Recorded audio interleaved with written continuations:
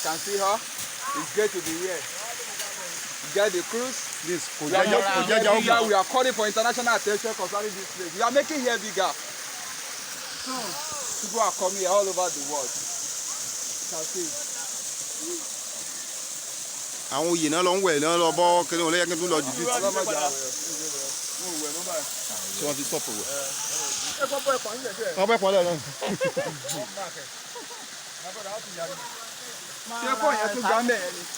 Ibẹ̀ yẹn tún dìbò ni. Ó tún pọ̀ délé lọ. Ibi tó ń pọ̀ sí ibi tẹnu bẹ̀. Màá dé ìdí dé o. Bàtà ni màá bọ́. Bàtà yìí nìkan ni màá bọ́. Màá gbé ìdí dé bẹ̀ yẹn. Ṣé kò jẹ́ ìjákùn làkùn lélẹ̀? Bẹ́ẹ̀ ni.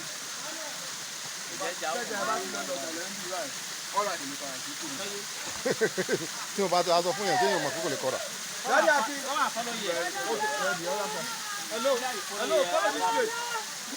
Hello, this way is okay. Abra.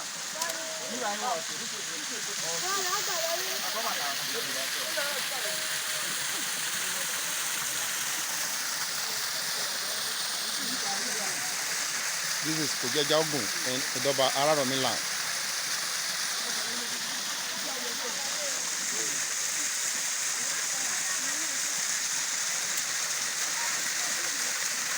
Àwọn ti bọ́ bàtà lẹ̀.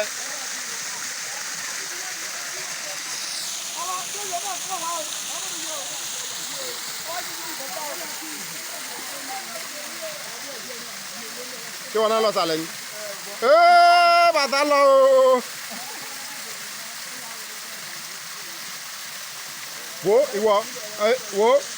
Wo sún sẹ́yìn ibi tó dúró sí yẹn dangerous. Ẹ jókòó ẹ gbọ́mọ ẹ sí dáńdẹ̀.